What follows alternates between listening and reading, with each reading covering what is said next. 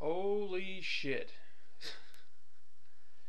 You know, say whatever you want, but if nothing else, Genesis has given us all a lot to talk about. And I know what most of you guys think I'm going to start with, but I'll get to that in due time. First of all, we had the opening match. It was a 6-man elimination X Division match. The match was terrific. It was a lot of fun. And I thought it was really cool that they put Hernandez in there and that they booked him the way that they did. I mean, if you remember a while back, I suggested that TNA have Hernandez compete in the X Division as a way to restore that no weight limits identity that they kind of lost when Samoa Joe left it. But and now I don't expect Hernandez to make a habit out of this, but for one night I thought it was really cool to see him in that type of match. I mean, he got put over like a huge stud too, beating all three of the heels on his own like that. Good stuff. Next, the X Division Finals.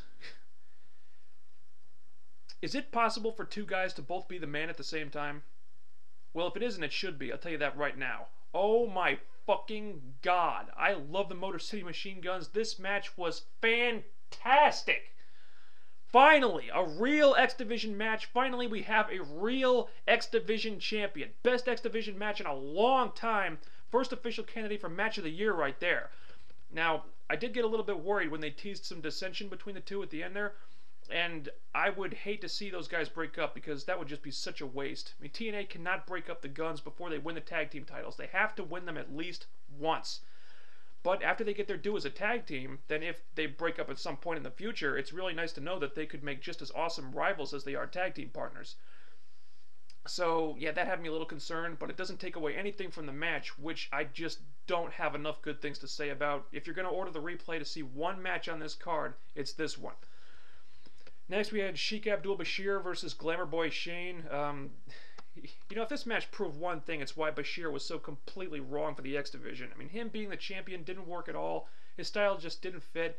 And frankly, that guy is a lot more tolerable when he's not in a division that demands a style of wrestling that I just don't think he can pull off. I mean, this was fairly basic, old-school match. I can't believe Bashir went for a rest hold when they weren't even working that fast-paced to begin with. But Shane Sewell seems to be fairly competent. The match was nothing to write home about. I mean, it was fine for what it was, but it probably would have seemed better if these guys hadn't had to follow Sabin and Shelley, because there was no way they were going to top that one. The triple threat for the tag team titles. The match itself was good, but the finish confused me. It felt like a mistake to take the belts off of Lethal and Creed so soon. I mean, to me, that just devalues the whole Feast or Fire title shot concept. It makes it look meaningless. I assume they're going to start a feud with Beer Money now, but that could be tricky since it looks like Beer Money really are turning babyface. I mean, Storm and Rude were getting face pops in that match, and Lethal and Creed were getting booed. Plus, Tenay and West were talking about them like they were kind of sympathetic the way they lost the tag titles last Thursday, so I'm not sure how this is going to work. But I do think Beer Money deserves some props for getting over his faces. I mean, especially Robert Roode. That guy is pretty much a career heel, but James Storm is one of those guys who can switch from face to heel, like that.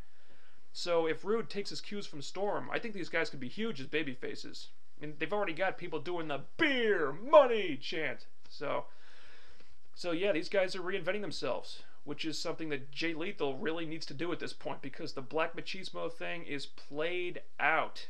That gimmick used to be over like crazy, but it's not anymore. So, you know, I didn't necessarily agree with the finish, but it looks like the Beer Money push continues, and that's good news to me because TNA's onto something with these guys. Then was the 6-woman tag match. For me, this match seemed pretty chaotic, and having Raka Khan in there did not help matters. Apparently, they had to throw this together at the last minute, and the chemistry just wasn't there. However, the finish accomplished what they needed because they were in a really tough situation right now with the Knockouts division. They were presenting Christy Hemme as their top babyface, but now she's out with a neck injury, which leaves them with 3 babyfaces left, and one of them, Taylor, already had a shot as the top babyface, but the fans didn't accept her in that role. Then you've got Awesome Kong, who now has a back injury, so she won't be able to wrestle for a while. The problem is, Kong is the only credible heel in the entire division. All the others are treated like they're nothing. Saeed's a jobber, Khan's a jobber, and an atrocious wrestler. Bolt is still a nobody, and the beautiful people are at the bottom of the ladder. So until they can get some new people in there, they need a new top babyface and a new top heel immediately. So in this match, one of 3 things needed to happen. Either ODB got the title shot, Roxy got the title shot, or Saeed got the title shot unmasked and got pushed as cheerleader Melissa, which needs to happen at this point anyway. So ODB gets the win. I think Roxy would have been a better choice since she's a better worker, but ODB is the most over woman they have. You know, people will accept her in that spot for the time being, so that finish made sense. Next was Angle versus Jarrett, and the only reason why this match was not the match of the night was because Sabin and Shelley was 6 degrees of awesome. Having said that, this was a hell of a bout. And these guys busted their asses. They did an Angle slam off the stage, and Jarrett even did a suicide dive, and he almost botched it, but you got to appreciate that effort. And one of the things that made this so great was because they really made you buy into the story of this match. And there was a ton of drama here, like when Jarrett was all bloodied up and he was crawling to the ring. Tremendous! You could totally believe that these guys absolutely despise each other and would stop at nothing to win. I mean, great match that got lots of time, told a great story. I'm actually tempted to say this could be another candidate for match of the year. Then we had Sting versus Rhino. You know, the match was not really memorable, but you know, most of that was because Rhino was selling the beatdown because they had to book around Sting's knee injury.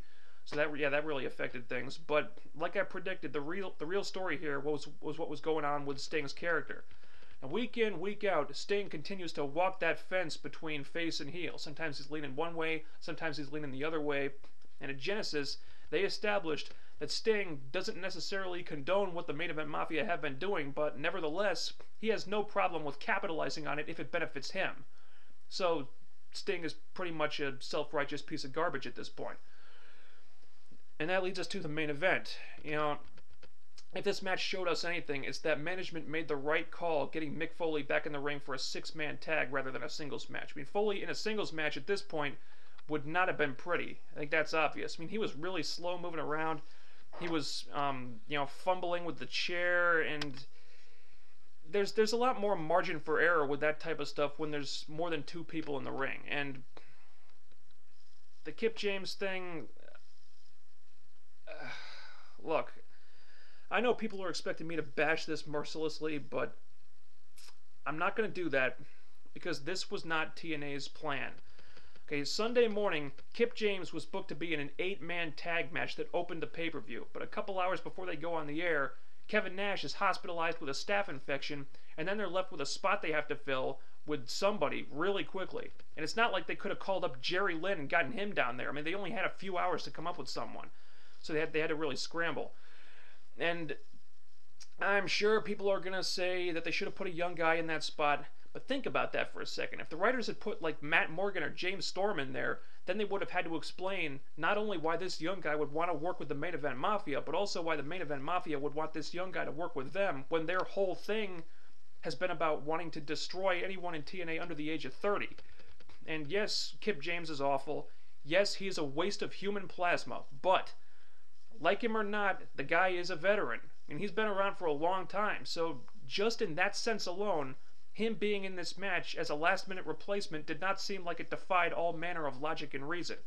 And look how it played out. I mean, when he came out to the ring, the announcers acted totally incredulous, and then he got out-wrestled by AJ and put through a table, and that was it.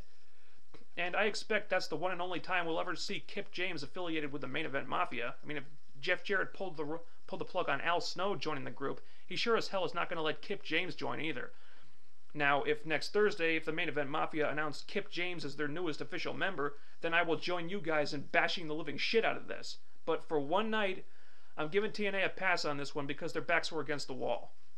So we can either be pissed off at TNA for being in a really tough situation and doing what they had to do to get through the show, even if it wasn't the best thing ever, or we can just let it go and file it away under the heading, sometimes shit happens. But look at what this pay-per-view delivered. The 6-man opener was a lot of fun. The tag title match was very good. 2 match of the year candidates with Sabin Shelley and Angle Jarrett. Even the substitute of Kip James was not enough to derail all that. Those matches made the pay-per-view worth the money. And I know I'm about the last person you guys expected to say this, but I think everyone just needs to calm down about the Kip James thing. Peace out.